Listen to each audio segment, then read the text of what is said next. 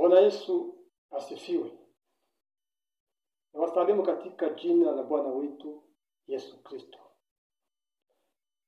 Naitwa kwa jina la Sano Milele, mwanafunzi wa Yesu ambaye analeta wanafunzi wengine kwa Yesu. Nikikutangazia habari njema kutoka Afrika ya Mashariki. Na neno ambalo nakuletea inasema, huyu ni nani ambaye hata bahari na pepo vyamtii? Basi fuatilia mpaka mwisho na utamjua yule ambaye hata bahari na pepo vyamtii. Acha tuombe.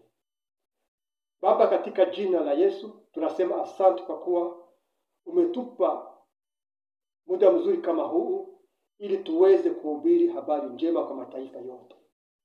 Basi tunaomba Roho wako awe juu yetu tena atuwezeshe, na tunaombea yule ambaye anafuatilia mahubiri haya ili Roho wako awe juu yake katika jina la Yesu. Amen. Huyu ni nani ambaye hata pepo na bahari vyamtii?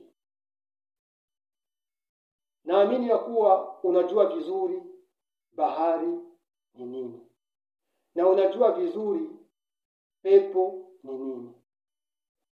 Lakini sijue kama unamjua mtu fulani ambayo anaweza kuamuru pepo na bahari na vinamtii. Katika wanasiasa, katika wanaelimu, sijue kama unamjua yule ambaye anaweza kuamuru pepo na bahari na vinamtii. Mimi simjui, na ninaamini ya kuwa huyo mtu hajakuwepo. Nakuja katika maandiko matakatifu ili nikuoneshe yule ambaye anaye uwezo wa kuamuru pepo na bahari na vyamtii.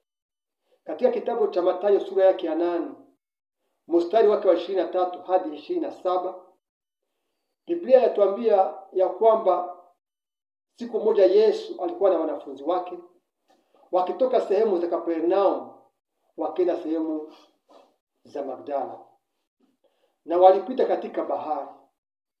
Biblia yasema walipokuwa baharini kukawa zaruba, msukosuko, wakati Yesu alikuwa amelala. Wanafunzi wa Yesu wakamkimbilia, wakamuamsha, wakamwambia, Bwana, tuokoe, tunaangamia. Yesu akaamka, akawaona, akawaambia, mbona umekuwa waoga, imani yenu ndogo?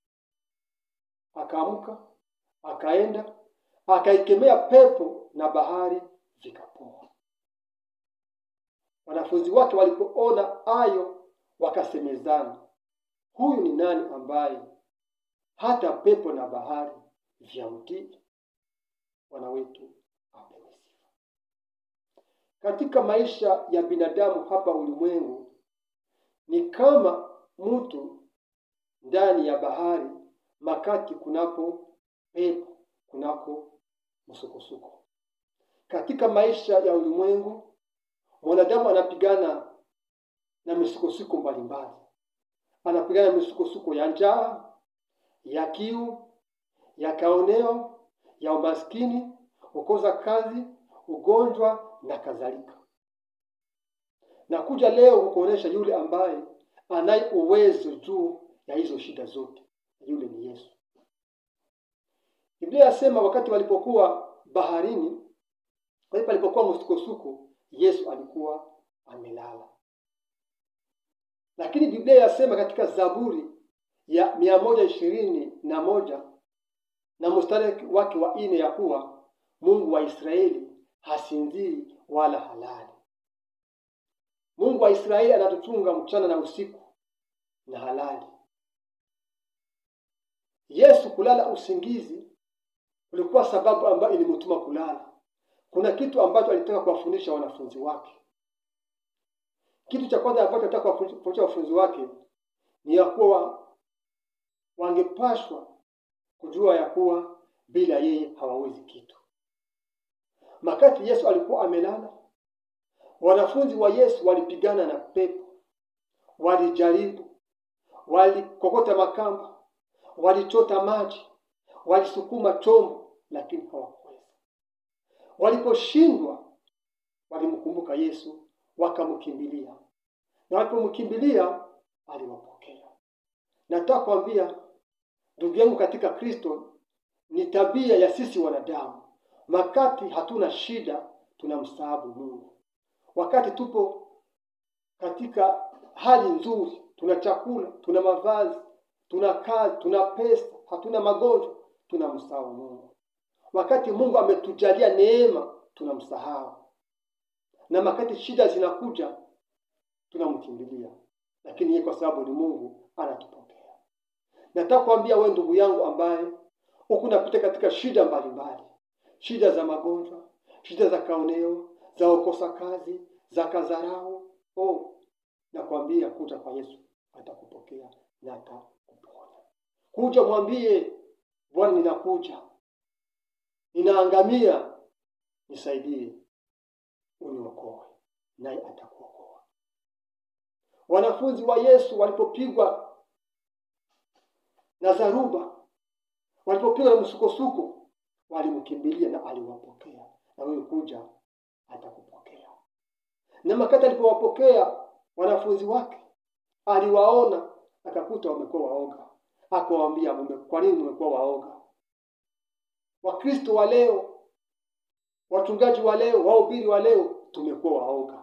Katika mahubiri yetu ni oga. Katika shida za kila siku ni oga. Na oga, Yesu alisema, inaonyesha kuwa hatuamini. Tungekuwa tunamwamini Yesu, hatungekuwa na oga. Pepo zingetupiga, shida zingetupiga, lakini hatutakuwa na oga kwa sababu tuna Yesu. Tunaamini ya kuwa wakati tuna Yesu, tunayo ushindi ndani yake. Yesu aliamuka na alienda, alikemea pepo na bahari na vilipoa. Shida ambayo ilikuwa wakati wa msukosuko ilikuwa pepo. Lakini Yesu, cha kwanza ambacho alichokifanya, alikemea pepo. Mara nyingi katika shida ambazo tunazipitia, kuna pepo ambazo zinajificha nyuma ya shida hiyo. Mara mingi Yesu wakati alikuwa akihubiri habari njema, alikuwa akiwaponya wagonjwa. Na wakati alikuwa akiwaponya wagonjwa, alikuwa akizikemea pepo za magonjwa na watu walikuwa wakipona.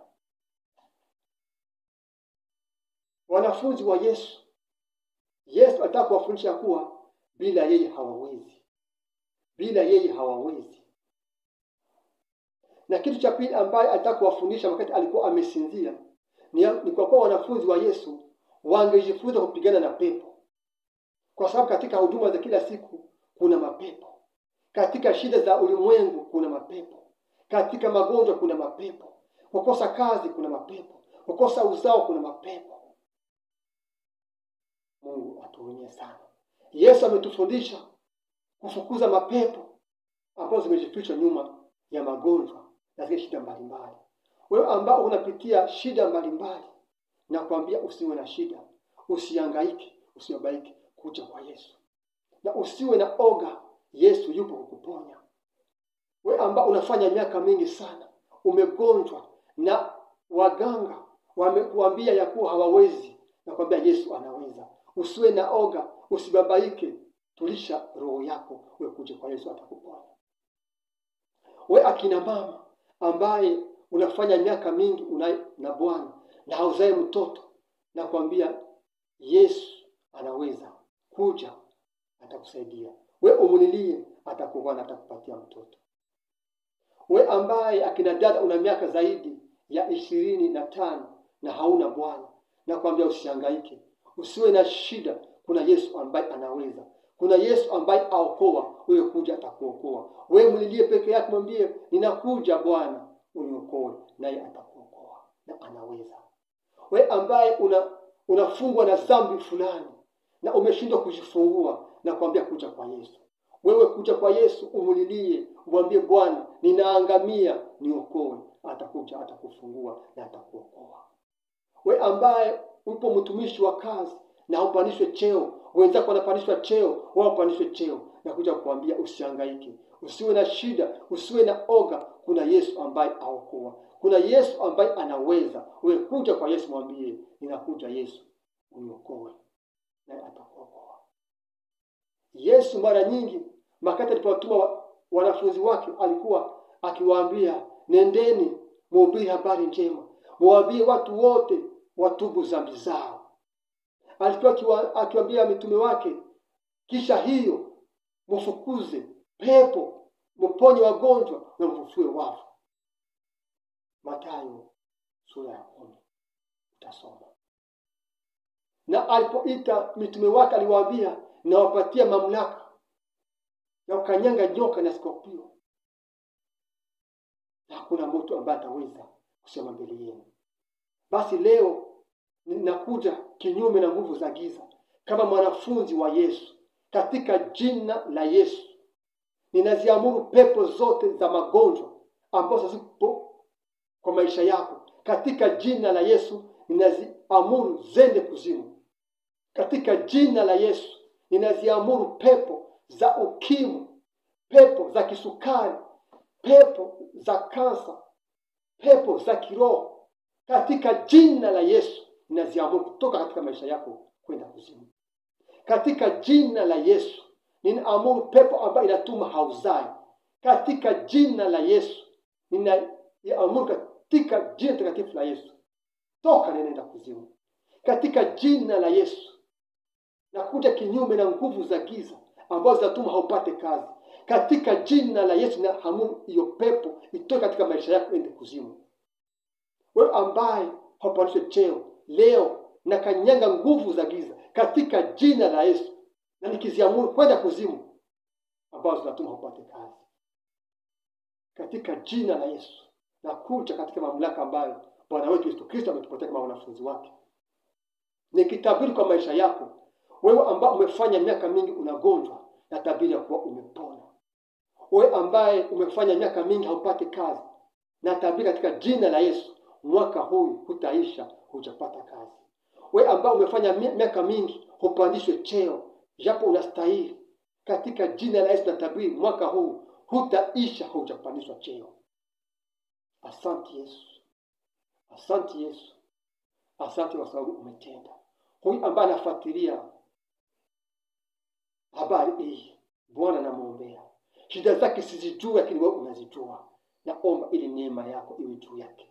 Naomba damu yako kumuvika. Naomba roho yako kuwa juu yake na kumulinda. Asante Yesu kwa sababu umetutembelea. Asante Yesu kwa sababu umegeuza maisha yetu. Asante kwa sababu umetugeuza kuwa wapya. Upewe sifa milele. Katika jina la Yesu tunaomba. Amen.